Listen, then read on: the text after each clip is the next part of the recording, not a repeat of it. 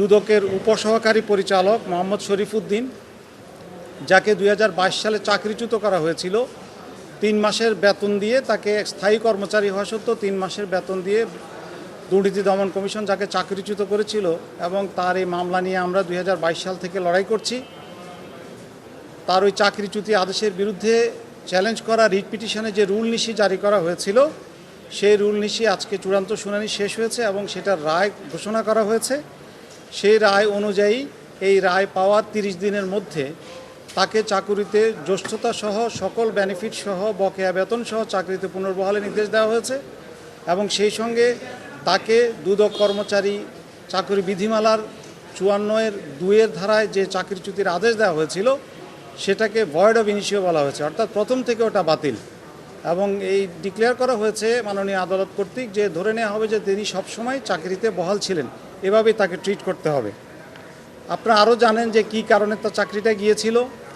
এটি ছিল একটি দুঃখজনক ঘটনা যে একটি রাষ্ট্রে একজন কর্মচারীকে দায়িত্ব দেওয়া হয়েছিল, 130টার মতো মামলা তাকে দেওয়া হয়েছিল তদন্তকারী কর্মকর্তা হিসেবে তদন্ত করে রিপোর্ট দেওয়ার জন্য। এরই ধারাবাহিকতায় সে কক্সবাজারে ভূমি অধিগ্রহণ বিষয়ে যে 3.5 লক্ষ কোটি টাকার ভূমি অধিগ্রহণের বিষয়ে সে তদন্ত করে। সে তদন্ত করে 30/6/2021 তারিখে 620 পৃষ্ঠার একটা রিপোর্ট দাখিল করে, এবং সেই রিপোর্টে কি বিপুল পরিমাণ রাষ্ট্রীয় অর্থ আত্মসাৎ করা হয়েছে, ক্ষতিগ্রস্তদের না দিয়ে কারা কারা জমির দাম বাড়িয়ে নিয়েছিল এবং এই টাকা কিভাবে আত্মসাৎ হয়েছিল সেটা সে 620 পাতার রিপোর্টে দাখিল করেছিল। এই আশা দাখিল করেছিল যে রাষ্ট্রের আত্মসাৎকৃত টাকা যারা ফেরত পাওয়া যাবে, যারা আত্মসাৎ করেছে তাদের বিচার হবে এবং সে রাষ্ট্রের জন্য কাজ করার প্রতিদান হিসাবে রাষ্ট্রীয় স্বীকৃতি পাবে। অথচ এই রিপোর্ট দাখিল করার কিছুদিনের মধ্যে তার উপর ভয়াবহ বিপর্যয় নেমে আসে।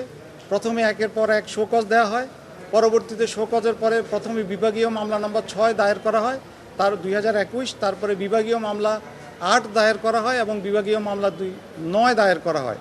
8 এবং 9 একই তারিখে দায়ের করা হয়, 6টা আগে দায়ের করা হয়।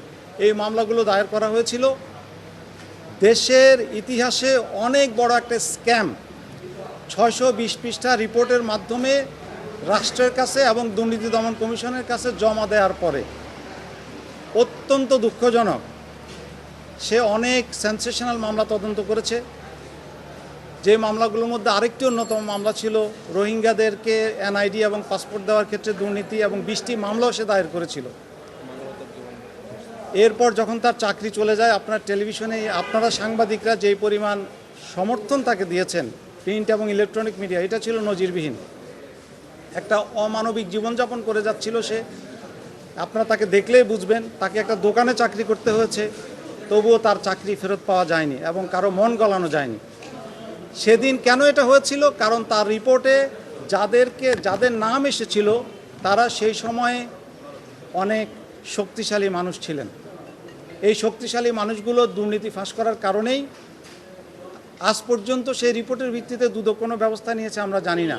আর আরেকটি দুঃখজনক বিষয়, যেটা অত্যন্ত দুঃখজনক বিষয়, যে এই ঘটনাটি সারা পৃথিবীতে জানে, ইউনাইটেড নেশন জানে, তার ব্যাপারে বিভিন্ন এম্বাসি জানে যে কেন এই করাপশনের বিরুদ্ধে অবস্থান নেওয়ার পরে, রিপোর্ট দেওয়ার পরে তাকে ভিক্টিমাইজ করা হলো।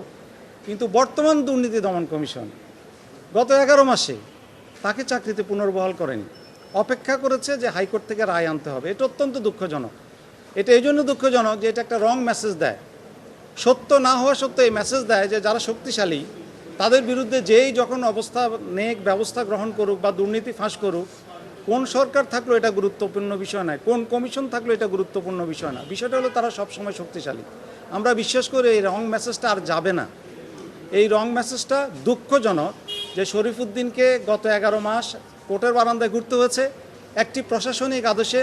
বর্তমান দুর্নীতি দমন কমিশন, যেটা 5ই আগস্টের বিপ্লবের পরে, অভ্যুত্থানের পরে জনগণের আশা-আকাঙ্ক্ষার প্রতিফল হিসাবে সৎ মানুষদের দ্বারা গঠিত হয়েছে, তারা অন্তত এই 11 মাসে এর কষ্ট, এর অমানবিক জীবনযাপন কিছুই কনসিডারেশনে নিয়ে তাকে পুনর্বহাল করেন নাই।